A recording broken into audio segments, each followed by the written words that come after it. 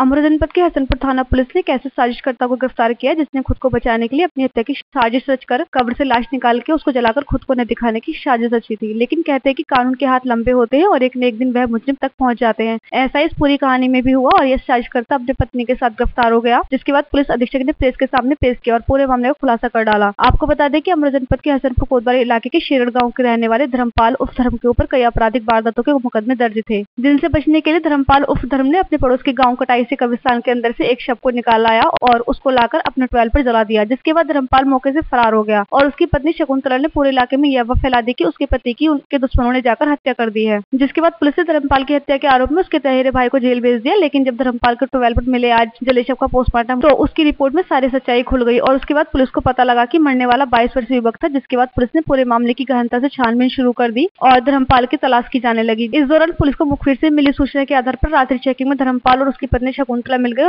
और पुलिस के हाथ लगने के बाद धर्मपाल ने और उसकी पत्नी ने सारी सच्चाई उगल दी। जिसके बाद अपनी हत्या की झूठी साजिश रचकर अपने तहेरे भाई को जेल कराने के मामले में और उसकी पत्नी को शक से छुपाने के मामले में पुलिस ने मुकदमा दर्ज करके जेल भेज दिया है। जब हमारे संवाददाता ने इस खुलासे के विषय में पुलिस अधीक्षक विपिन ताड़ा से वार्ता की तो उन्होंने बताया, जी आज एक अभियुक्त है धर्मपाल नाम का, जो थाना हसनपुर का रहने वाला है। वह पिछले 10 सालों से लापता चल रहा था। उसने 2010 में अपनी पत्नी के माध्यम से 4 लोगों के विरुद्ध, जिसमें कि उसके स्वयं के चचेरे भाई और सगे भाई थे, उनके खिलाफ हत्या का मुकदमा, स्वयं की ही हत्या का षड्यंत्र रचकर उन 4 के खिलाफ हत्या का मुकदमा दर्ज करवाया, जिसमें कि इन्होंने कब्र से एक बॉडी निकाल कर उसे जला दिया था। यह घटना 2010 की थी, जिसके बाद से यह फरार चल रहा था और इसने पूर्व में 2-3 हत्याएं कर रखी है, जिसमें भी इसमें बार बार कोर्ट से इसको तलब किया जा रहा था, परंतु ये गिरफ्तार नहीं हो पा रहा था। पुलिस ने इसे बड़ी मेहनत से मशक्क़त करके गिरफ्तार किया है और इसके लिए 5,000 नकद पुरस्कार दिया जाएगा टीम को। जो अभियुक्त है धर्मपाल, उसकी यह योजना थी कि पूर्व में उसने अपने भाई का मर्डर किया था 1992 में और 2001 में अपने मामा का मर्डर किया था। इसके अलावा भी वो 3-4 बार अन्य मामलों में जेल गया है।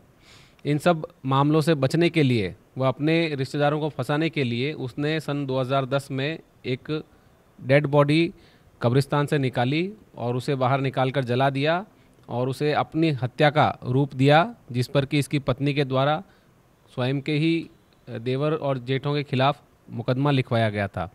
परंतु जांच में वो बॉडी किसी और की हो नहीं पाई गई, इस वजह से उसमें फाइनल रिपोर्ट लग गई। परंतु 2010 से धर्मपाल जो है अभियुक्त, ये फरार चल रहा था। इसी पर पुलिस ने इसको गिरफ्तार किया और झूठा षड्यंत्र रचकर झूठा मुकदमा लिखवाने के आरोप में इस पर मुकदमा दर्ज किया है। इसकी पत्नी, जो कि उस मुकदमे में वादी थी, वो भी झूठे षड्यंत्र में संलिप्त थी। इस पर दोनों को गिरफ्तार कर जेल भेजा जा रहा है। आगे आवश्यक कार्रवाई की जा रही है।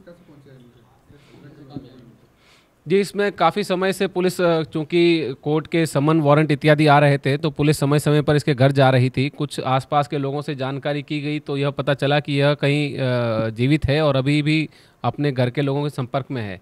इस पर पुलिस ने अपना जाल बिछाया घर के आसपास और जो अभियुक्त है उसने जब अपने घर वालों से संपर्क किया तो इस पर पुलिस ने उसे धर दबोचा और पूछताछ में यह सारी घटना सामने आई, जिस पर कि पुलिस ने मुकदमा दर्ज कर दोनों को गिरफ्तार किया है।